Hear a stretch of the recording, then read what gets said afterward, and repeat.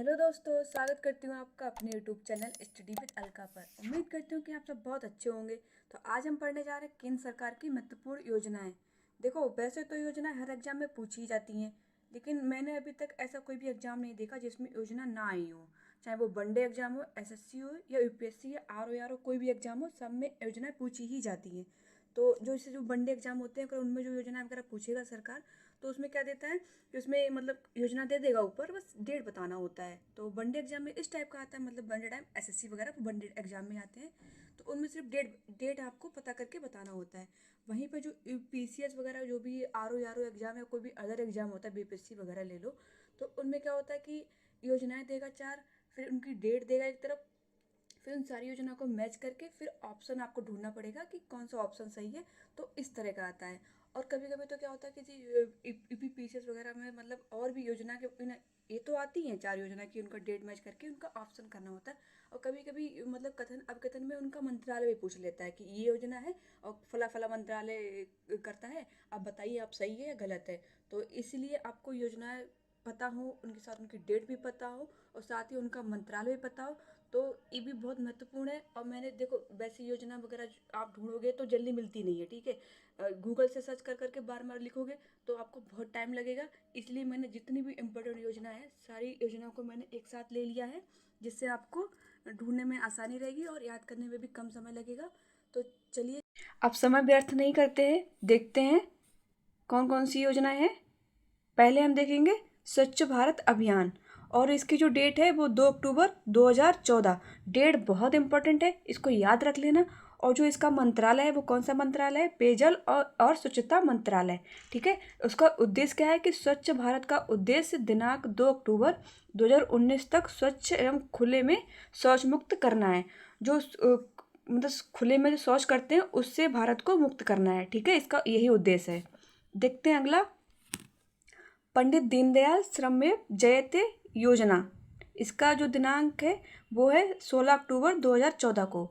और जो इसका मंत्रालय है वो क्या है? श्रम मंत्रालय।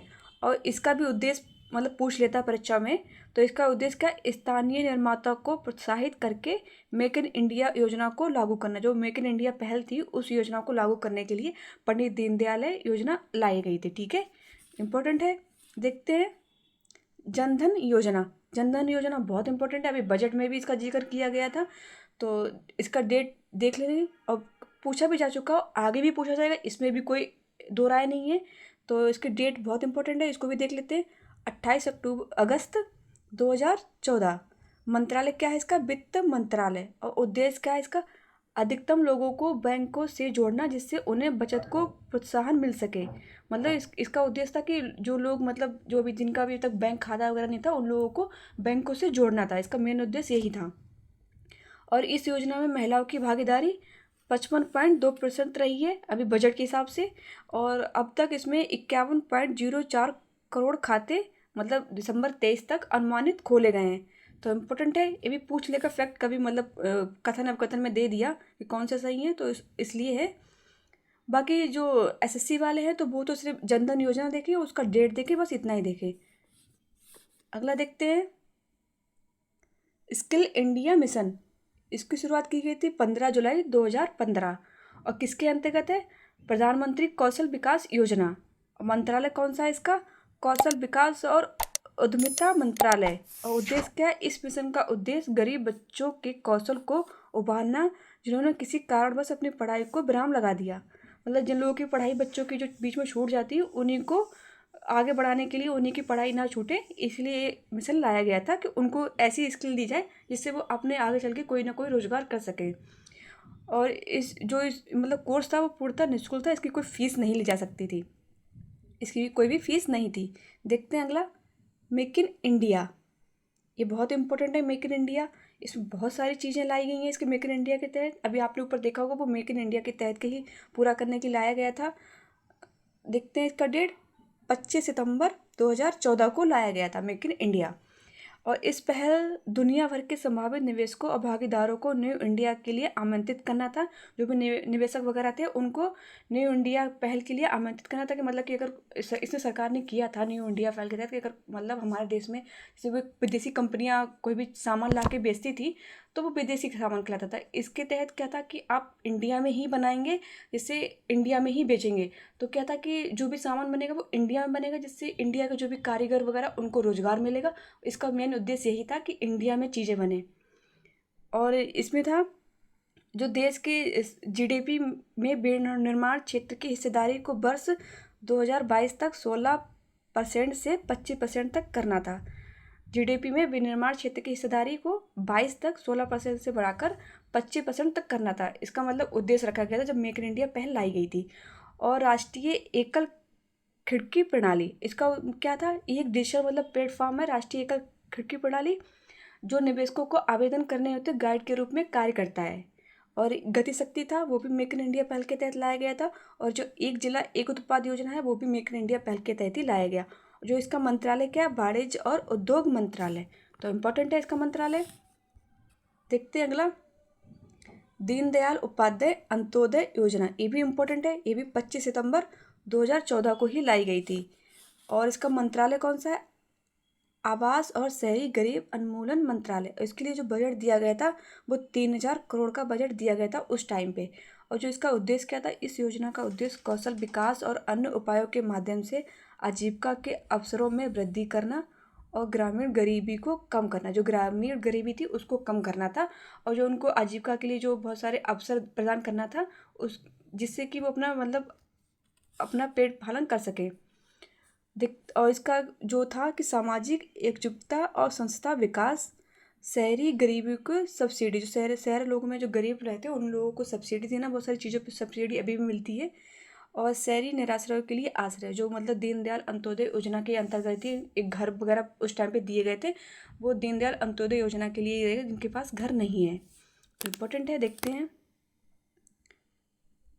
बेटी बचाओ बेटी पढ़ाओ 22 जनवरी 2015 को लाया गया था। इस योजना का लक्ष्य लड़कियों को पढ़ाई के जरिए सामाजिक और वित्तीय तौर पर आत्मनिर्भर बनाना था। और जो इसका मंत्रालय क्या था, महिला और बाल विकास मंत्रालय। तो इम्पोर्टेंट है, देखते हैं। सांसद आदर्श गांव योजना, सांसद आदर्श गांव योजना पिछली बार जो PCS 23 में हुआ था उसमें पूछा गया था। एक दो और पूछा गया था, एक तो शायद जनधन पूछा गया था, दो और था वो याद नहीं आ रहा है। इसका डेट है 11 अक्टूबर 2014। प्रत्येक सांसद द्वारा एक गांव को गोद लेकर विकसित करना। तो इम्पोर्टेंट है, देखते हैं अगला, मिशन इंद्रधनुष। ये पहला वाला है मिशन इंद्रधनुष, जो आया था 25 दिसंबर 2014 को। इंद्रधनुष के 7 रंगों को प्रदर्शित करने वाला मिशन इंद्रधनुष का उद्देश्य उन बच्चों को 2020 तक टीकाकरण करना जिन्होंने टीके नहीं लगे हैं या डिप्थीरिया, बलगम, टिटनेस या हेपेटाइटिस बी रोकने जैसे 7 टीके आंशिक रूप से लगे हैं, मतलब जो टीकाकरण है उसके लिए लाया गया था। और मिशन इंद्रधनुष 2.0 ये दोबारा फिर से लाया गया था। प्रभावी वर्ष इसका था 17, पहले आया था 14 से 17 तक, 5 साल के लिए योजनाएं आती हैं। और फिर उसके बाद फिर से शुरू कर दिया गया इसको 2.0 से। वर्ष आया था इसका 2017 में, फिर से प्रभावी कर दिया इसको। 2 साल से कम उम्र के 90% बच्चों को टीकाकरण करना। इम्पोर्टेंट है ये भी। सुकन्या समृद्धि योजना, ये भी बहुत इंपॉर्टेंट योजना है। ये आई थी 22 जनवरी 2015। बालिकाओं के प्रति परिवार के दृष्टिकोण में परिवर्तन करके उसके नाम से बचत को प्रोत्साहन प्रदान करना। ये इंपॉर्टेंट क्यों है कि जो माता पिता होते हैं वो बेटियों के नाम पर निवेश करें, जिससे मतलब अगर मतलब माता पिता अपने बेटियों के नाम पे निवेश करेंगे तो इनको इनकम टैक्स में छूट भी मिल सकती है। और जिससे क्या होगा कि बेटियों के नाम पे एक बड़ा फंड जमा हो जाएगा। ठीक है, इसका उद्देश्य यही था कि जिससे बेटियां बोझ ना बने और बेटियों के नाम से पहले से ही एक फंड जमा हो जाए जब तक वो बड़ी हों। और इसमें क्या है कि 10 साल से पहले आप अगर बेटी है तो 10 साल से पहले पहले आप सुकन्या समृद्धि योजना खाता खुलवा सकते हैं। तो इम्पोर्टेंट है, देखते हैं अगला, प्रधानमंत्री मुद्रा योजना। ये आई थी 8 अप्रैल 2015। इसमें क्या था, छोटे कारोबारियों को 50,000 से लेकर 10 लाख तक का ऋण देना। और इसका जो मंत्रालय क्या था, भारत सरकार का सूक्ष्म लघु एवं मध्यम उद्यम मंत्रालय था, उद्यम मंत्रालय था। तो इम्पोर्टेंट है ये भी। देखते हैं अगला, उजाला योजना। ये उजाला योजना है, उज्ज्वला योजना नहीं है, दोनों बहुत कंफ्यूज पैदा करेंगी। ये उजाला है तो इम्पोर्टेंट है। 1 मई 2015 को आई थी। उसमें कहते हैं बिजली की खपत को कम करने के लिए LED बल्बों को कम मूल्य पर वितरण। मतलब जो LED बल्ब है उनको कम मूल्य पर मिलते हैं। आपने देखा होगा कि जो LED बल्ब वगैरह है जो भारत सरकार के वो उजाला योजना के तहत ही कम मूल्य पे मिलते हैं। और इसका क्या मंत्रालय क्या था? विद्युत मंत्रालय। इससे तो उजाला से तो आप विद्युत मंत्रालय गैस कर ही सकते हैं, तो इम्पोर्टेंट है। देखते हैं अगला, अटल पेंशन योजना, ये भी इम्पोर्टेंट है। ये आई थी 9 मई 2015 को। इसमें क्या था? 18 से 40 वर्ष के असंगठित क्षेत्रों के लोगों के लिए मासिक पेंशन। और इसका मंत्रालय कौन सा? वित्त मंत्रालय। अटल पेंशन भी इम्पोर्टेंट है, डेट याद रख लेना इसकी 9 मई 2015। देखते हैं अगला, प्रधानमंत्री जीवन ज्योति बीमा योजना, ये भी इम्पोर्टेंट है। ये आई थी 9 मई 2015 को। इसमें क्या था? 18 से 50 वर्ष के लोगों के लिए 2 लाख का जीवन बीमा, जो 330 रुपये सालाना का प्रीमियम इसी के तहत मिलता है। और मंत्रालय कौन सा है? वित्त मंत्रालय। इम्पोर्टेंट है। मेरा भी खाता प्रधानमंत्री जीवन ज्योति बीमा में खुला है, तो इम्पोर्टेंट है। देखते हैं अगला, प्रधानमंत्री सुरक्षा बीमा योजना, ये भी इम्पोर्टेंट है। ये भी 9 मई 2015 को ही आई थी, साथ में दोनों आई थी।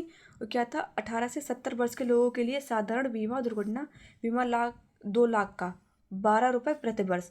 इसमें 12 रुपये प्रति वर्ष करते हैं। और आपको इसमें क्या है कि अगर आपकी कोई भी दुर्घटना वगैरह हो जाती है तो 2 लाख तक का बीमा मिल सकता है आपको। देखते हैं अगला, स्मार्ट सिटी योजना, 25 जून 2015 से 20 तक देशों के 100 चुने हुए शहरों को स्मार्ट शहर के रूप में विकसित करना। और इसका मंत्रालय कौन सा है? शहरी विकास मंत्रालय। ऑफकोर्स शहरी विकास मंत्रालय होगा जो शहरों को स्मार्ट सिटी के रूप में विकसित करेगा, तो इसमें ज़्यादा लोड लेना नहीं है, इंपॉर्टेंट है। और प्लीज़ सब्सक्राइब जरूर कर दें अगर आपको हमारी वीडियो अच्छी लग रही हो।